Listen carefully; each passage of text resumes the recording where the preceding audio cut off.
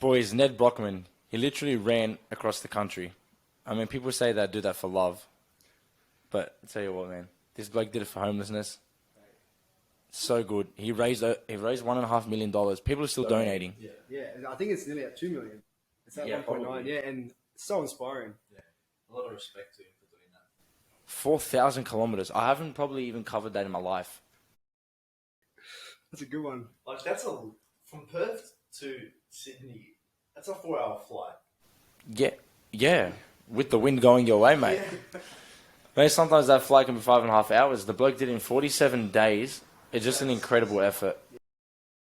Mate, it's inspired me. I might go for a run. Yeah. 30 meters. No, it's honestly very good to raise funds for homelessness. Obviously a massive issue in the country and around the world. I mean, what a way to do it. Some people, you know, as kids we used to sell chocolates in a box for $2 to raise funds for whatever. Nedd has got the whole of Australia donating $2 million and he ran across half the whole country. Literally, yeah. I don't know, I said half. And the most amazing thing is the amount of people that backed him. When he came to Sydney and Bondi, everyone started celebrating with him, and obviously would have made him feel good about himself for doing that. And hopefully, this leads to more people doing this. Yeah, that's right. I listened to a podcast that he was on earlier, before he started, and he was just talking about how he's going to do it, and he's like, I'm just going to do it. And I was like, this bloke's actually going to do it. Yeah. From the moment he said, I'm going to do it, I just looked at him, like, virtually, and I was like, this bloke's actually going to do it. That's the mentality. Yeah, it was just a killer mentality. Like, you can't think about that type of stuff. Yeah, you can't. I reckon he would have had doubts during it. Like, you know, he hit the 1,000 mark, 2,000 mark. Imagine how lonely you are. I know you got a team there, but no one's running. It's your feet, it's your legs. You're in your head, really. The whole time you're just thinking, oh, am I going to do it? And he just backed himself all the way. It's actually unbelievable. So he lost 11 kilos. He lost 11 kilos in that 47 days. Wow. So it shows, like, wow. Like, well, I wonder what he ate, what he drank. He wouldn't have had much carbs. It would be like light meals, probably, just to feel loved. He just ran it off. Quite literally. Whatever he had was good. Every night he probably had a decent meal, but it can't be too heavy because if he wakes up in the morning super full and starts running, see you later. Mate, he deserves his night's sleep. That's all I'm going to say. He deserves 3 weeks in the bed, mate. He does not need to move. At all. All right, first week of the rugby league, not yet done, but Australia, New Zealand, England, top tier teams. Thoughts? Yeah, they outclassed everyone, and that's why they're top tier nations. They were just so good. England, we didn't write them off, but we were backing Samoa heavily. Look, to all our Samoan fans who showed us love, thank you, because we were wrong. I thought Samoa were going to beat England. I know they're the home nation and everything, but I looked at that Samoan team on paper, and I'm like, wow, these guys have got it. What did you think of that game? I think, England are obviously too strong in that game, but I think Samoa are going to wake up and they're going to come back and bounce back even better. Yeah. I think they're going to come out, and who they're versing next? It's a good question. It's a great question. Don't know. But yeah, I agree with you. I reckon they'll come out next game motivated and they'll get the win. I think they're versing Fiji or Papua New Guinea. Papua New Guinea, I'm pretty sure. Pretty sure it's PNG. Regardless, I think, Samoa are going to come out strong. They have too good of they literally have basically Penrith's back line. Yeah. I think it's just they need to work together better. They need to sort out what was wrong in that game. And they're professionals. They're going to put that video footage. And I still think they'll finish second on that table. Yeah, I'm confident. Yeah, I mean, it's a big point deficit, but... They're too good of a side not to. Bro, they're versing Greece. Greece next. What do you think, Adrian? That's controversial for you. Alright, so as a Greek myself, loud and proud, we're going to get smashed against Samoa. Back in the Samoa to smash us. We've got Ilias, but he's young, but not that experienced yet. And then these other Greeks, they're just riding donkeys in Greece. They're in the Premier League, so... Fair enough, so Samoa on top. Yeah, Samoa on top. Now, but Australia, unconvincing for me. Big win, but I wasn't convinced. That first half, Fiji scored first. Took them literally 60 minutes to get into their routine. What do you think? With Australia, it doesn't matter whether they're playing clunky, whether they're really solid. It doesn't matter. They're always going to come out on top. Like I always say, rugby league is an Australian sport, and Australia would always dominate. It doesn't matter how good these Pacific Islander nations get, which I hope we get to a point where Australia actually, aren't heavy favourites. But For the meantime, Australia, yeah, did they play the best game? No. Did they still win by a convincing margin? Yes. Will they win the comp? Yeah. No, exactly right. I believe Australia's going to win the comp firstly, but as you said, it doesn't matter how they play. They've got too good of a lineup And depth. and depth that if some of them are playing bad, the rest. Yeah. You know what I mean? They just pick up the slack for each other. Yeah. I guess the big talking point out of that game, does Cherry Evans keep his spot over Nathan Cleary? Cleary will make his debut next round, right? And then whoever played better out of the two, once you look at those two games, they'll get the nod for the third game, I reckon. Yeah. Well, if Cleary comes out, scores a try, gets a few assists, he has to do something special to take it over Cherry Evans, because Cherry Evans has been there for a few years now. Obviously, he's a Queenslander, works at Munster. It all makes sense for them to be the two together. Also, with Ben Hunt and Harry Grant there, that helps too, and also Queenslanders. Yeah, that's what I'm saying. Boys, Australia are clearly the favourites, but who will meet them in the final if they go all the way? Yeah, I'm going to say England. I think great performance in their first game. Home advantage. Yeah, I'm sticking with England. I'm going to be very bold here, boys. And they took a big loss in the first game, Samoa, but I reckon they can go to the final. Do I think they can beat Australia? No, I think they're too good. But I reckon if England versus Samoa again, Samoa will learn from their mistakes. And I think they're genuinely a better side. I don't know what happened that day against England, but yeah. But 54 points difference. It's a lot, and that's why I'm...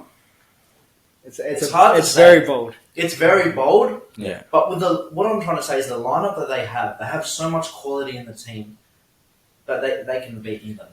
Yeah, I think, But in saying that, I got to respect England because I saw some really good players from this Super League, right? 3 Roosters plays in the World Cup, 3 men of the match performances, 3 different teams. Teddy, Manu, Kiri. Come on. The boys are on 24/7. I think me and Josh will agree here. It's going to come to a time where Roosters are going to have to let go one of them. Nah. Tedesco, Manu, Suwali are 3 world-class fullbacks at their best. Suwali's got a big future ahead of him. If he wants to save the Roosters, fair enough. But if he wants to shine and be one of the league's best players, I reckon he has to be a fullback and move elsewhere. The same as Manu, he showed his class in that game. I reckon, yeah. No. Norman, face the facts. You're going to face it. I don't care how much money a club has. No. When you have this much talent, They're you have to. class. You're bound if to you're, lose. if you're a professional athlete, sometimes you just want to win the grand final. You want to be the best, right?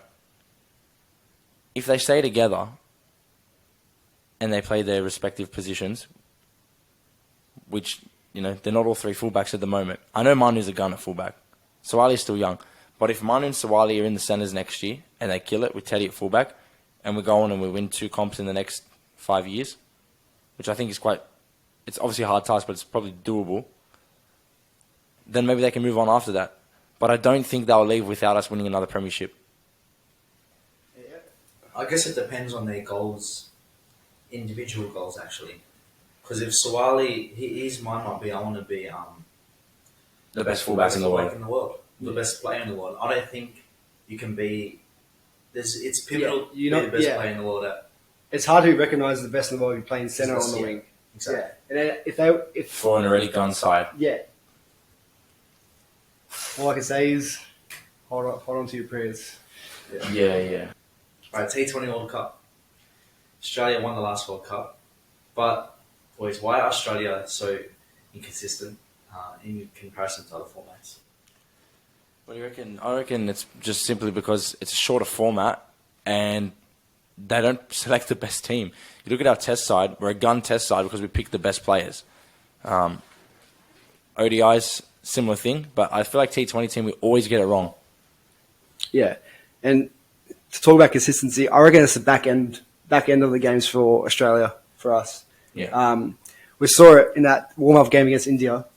Aaron Finch hit about 70, 80 runs, and we only needed 30 runs off 15 balls, and could not win that game. And that's exactly right. It could be a fact of selections or whatever it is, but it needs to be fixed if you want to go, especially go back-to-back. In saying that, are you confident that they're going to win this World Cup? I'm not confident it's a home World Cup, and I'm really excited. And I hope our country gets up. I really do. But I've got a feeling about these Indians. You had that feeling, Dawn. But yeah, I'm worried. I'm more worried about England. Yeah, England are worrying too. They've got a really strong lineup, and Michael Hussey is now their batting coach. Yeah. So honestly, that's concerning me personally. Guys, for many years, people always said that Benzema was playing behind Ronaldo, but playing behind a great system. But look, Ronaldo left the club. Real Madrid, did they struggle for a little bit? Yes. Did they bounce back and win Champions League? Yes. Benzema, best striker in the world last season. Yeah, Wins the exactly, and that's why he won the Ballon d'Or. He was consistently scoring goals. He was playing good football, and he was playing in a good team. Real Madrid were doing good, so that helped to get the Ballon d'Or. And yeah, overall, I think he deserved it. I'm so happy for him. What about you, Josh? Yeah, it's watching those games where he would literally bring the team back from a 2-goal deficit. We knew he was going to get it, and he deserves it. Like all those years behind, like Ronaldo, everyone says it, but he definitely Yeah, and it's so crazy to see how he's adapted the way he plays. I mean, the whole team did, from when Ronaldo was there to everything being around him, to then now Benzema being the main man. Just incredible. I think one of the most important things to notice is that he's not young, and he's actually turned some great form at the age he is now. France, can they go back to back with the World Cup? I mean, look, Karim Benzema, Ballon d'Or winner, Mbappe, the best young striker coming through, having them two up top, and I still think Pogba's like a great centre attacking midfielder. If he's there, I mean, see you later, every other country. Yeah, I got a class midfield. Griezmann, Dembele, Varane at the back. Overall, some decent players, eh? yeah, I'd put him in definitely a top 2. I think top 2 to look out. I've got them top 2 with Brazil. Yeah, I think my pick is that Brazil will win it. Yeah? Got a great squad. Richarlison, he did get injured. Saw an interview on him. He was distraught. Hopefully, he plays the World Cup. Neymar. Who also they got? They got a gun team. yeah, I don't know if Coutinho will be in there. yeah. They got informed. They've got Vinicius Jr. He's probably the most informed player right now. It's gonna be a great World Cup. Yeah. Guys, can England win all 3 World Cups? The T20 World Cup, the Rugby League World Cup, the FIFA World Cup? Or do you think they'll go 0 from 3? I think they get. It's hard to say. At least one. Do you think at least one? If they don't get at least one, that's a fail for the nation, surely. Yeah, I don't see him getting in the FIFA World Cup. I would say I'll lean more towards the cricket T20 for them to get, if they were to get one. You know what? I think England can win the FIFA World Cup. Yeah, but I just don't. If they didn't win the Euros, I don't see them winning the FIFA World Cup. Yeah, I think they can do it could be a redemption story. with a top striker like Harry Kane. You got Sterling, Mount. They got. When I say Harry Maguire at the back, that's the only bad thing. But otherwise, Saka in form. they've got Saka who's playing good. Sancho, if they pick him. Madison's good attacking midfielder. They've got some good players, man. I wouldn't rule them out at all. And yeah, I'd put Brazil, France, and England as my top 3. Yeah. How does Australia defend? You can't, I think, honestly, like, that's my opinion. That pace, eh? World-class players are struggling against him. Obviously, How are our A-League players going to go against him? yeah, exactly. And yeah, I mean, we have some class players, nothing against our players, but They're our attacking weapons, though. We're not known really for our defense. We're known for that Josh Kennedys and Tim Cahills. Speaking of how important attack is in the FIFA World Cup, think about the last 2 World Cup winners. Who are the 2 players that stood out most? They were both attacking players. So we'll go with Germany to start off with. Michael Royce, mate, in his heyday, he was so explosive, such an attacking threat, creating so many chances, scoring goals. He was everywhere as a number 10. And yeah, last World Cup with France, couldn't look past Kylian Mbappe. He was everywhere. Yeah, it's where everyone noticed him. I remember one run, he literally ran the whole field and they had to foul him. You could not stop him. So yeah. yeah, on France, can't go past Griezmann. Yeah, he was a weapon up front. Scored, was it four goals? Yeah, I think he had like 4 goals and 2 assists, Yeah. So, something like that. him for France and a player like Ozil or Muller for Germany. Wow. They'll play out of their skins and That's right. Defense is important, but if you can attack well, if you're the best attacking team, it goes a long way.